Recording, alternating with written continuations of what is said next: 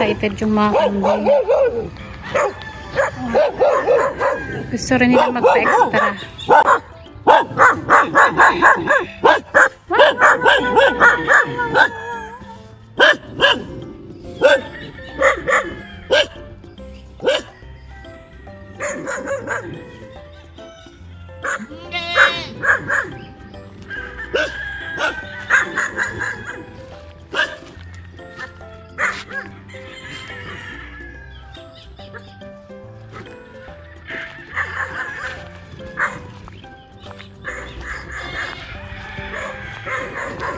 Yung nag-aalaga po ay nanguha pa lang ng mga kakainin nila. Ang oras ay nasa 6:02 ng umaga.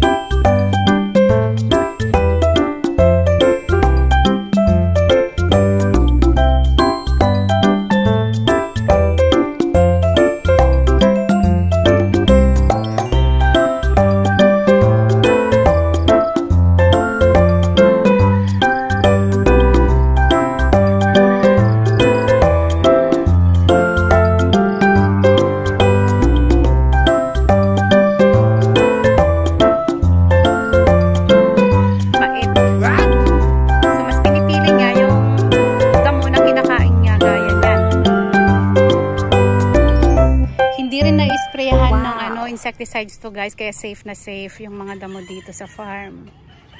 Para lang normal na gumagala yung mga kambing. But see, napakadisiplinado. Hindi nila kinakain yung mga tanim. Yung mga damo lang talaga ang kinakain nila. Lapitan natin yung ibang mga kambing na nasa labas na nanginginain ng damo. Tumatakbo siya. Takot siguro sa akin.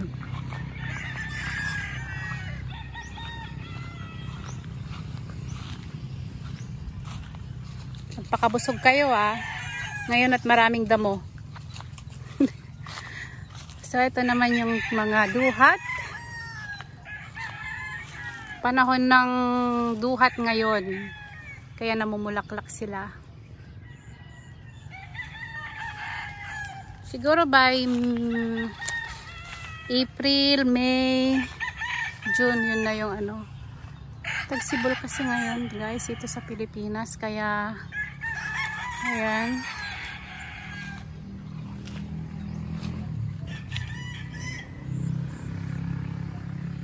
Namulaklak yung ibang mga puno.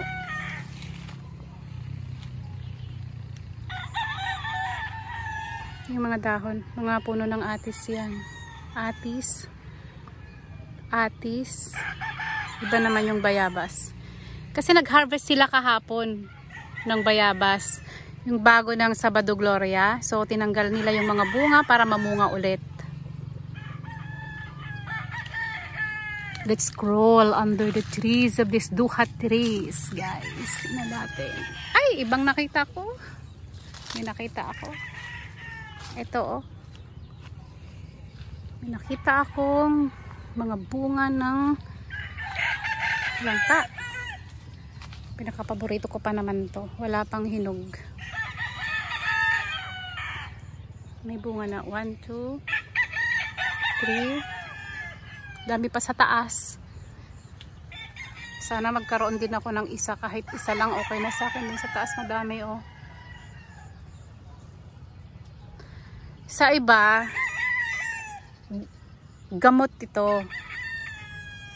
Sa akin, gamot. Kasi kapag kumakain ako nito, during my period, ay nai-stop niya yung bleeding, guys. Kaya ibig kong sabihin, napakaganda sa kalusugan, lalong-lalo na sa mga hindi regular ang kanilang mga monthly period, ganon. Sa mga iba, hindi pwede. Pero may mga ilan at karamihan ay kumakain nito kapag mayroong dalaw. Katulad ko. Buhay pa naman ako, guys. Buhay na buhay. Kasi kumakain ako nito kapag meron ako. Nire-regulate niya yung pagdaloy ng dugo ko sa katawan ko. But I'm not advising to some people, mag-ingat pa rin. Baka mamaya, ay, pwede pala kay dun sa Bob and Joe, baka pwede rin sa akin, hindi. Kumonsulta pa rin kayo sa doktor para mas masigurado ang inyong kalusugan.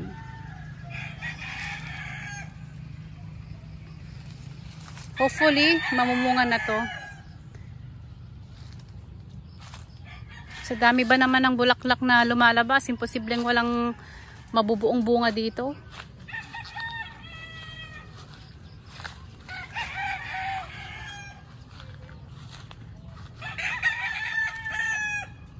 Ayan o. Ayan. Lapit natin. O, diba? Duhat na yan. Ayan, mga duhat. Pero, hindi ko gusto yung amoy dito. Amoy ng ng manok.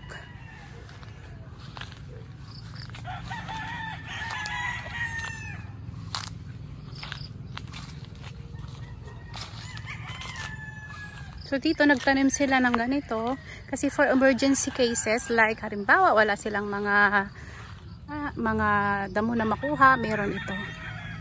So masarap to para sa mga kambing. Hanggang doon nagtanim sila doon. Ganyan. Yan.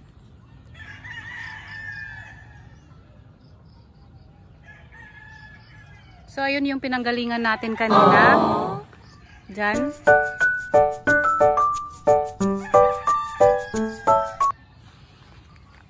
Pwede nang mag-camping dito, maglagay ng tent. Tapos, pwedeng mag-camping-camping. Yun lang, mag-ingat sa mga ahas. Kasi, kahit sabihin pa natin na palaging nabibisita to, may mga times pa rin na pwede rin bisitahin ng mga ahas. So, mag-ingat pa rin, guys. So, hindi talaga na extra careful tayo. Pero dito naman hindi naman siguro maahas kasi malinis. Ang mga dumi lang naman natural lang naman ng mga ganito. Hindi naman sa gabal yan. Ganda nga Organic na organic yung dating.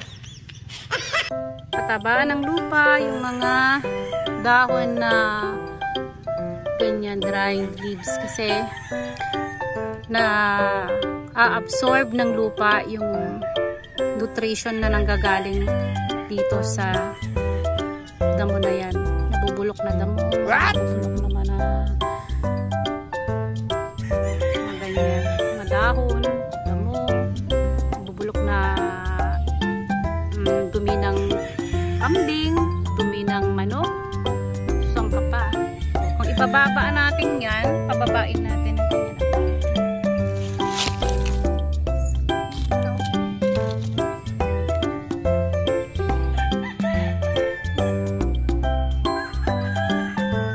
Uwi na tayo dahil tapos na tayong mag-update. Maraming salamat guys sa mga nanood ngayong araw na to. At shout out sa lahat ng mga supporters ng Bob and Joe. At sana sa next update natin ay masamahan nyo akong muli para ipakita na naman ang next upload natin kung paano nag-improve ang mga breeds natin ng manok dito sa farm. So as you can see guys, napaka-healthy ng mga tanim natin ngayon. Mga puno, nadagdagan, mga manok, nagsidamihan. Yung population nila na from 20, naging nag-boom. So lahat yan guys, galing ng US. So legit na galing sila. So last time na upload natin, ipakita ko sa inyo yung box na kung saan nailagay yung mga pinadalang mga manok para sa crossbreeding. So ayan nga. Tsaka please subscribe naman guys sa Bob and Joe. Huwag lang yung nood-nood lang. Subscribe na rin para ano. Tsaka pakipindot na rin po yung notification bell natin. Share at tsaka mag-comment din sa comment section para malaman namin kung sino yung babalikan namin. So this time nagdidilig na si Jewel. Siya po yung nag-aalaga dito sa farm. So yung kasama po niya ay naghatid ng kanyang mga anak at saka nanguha na rin ng mga pagkain ng kambing. So alagang-alaga ang farm natin. Hindi ka luluha dahil hindi mo makikita ang may naiiwan dyan sa tabi-tabi. I mean, hindi talaga napapabayaan.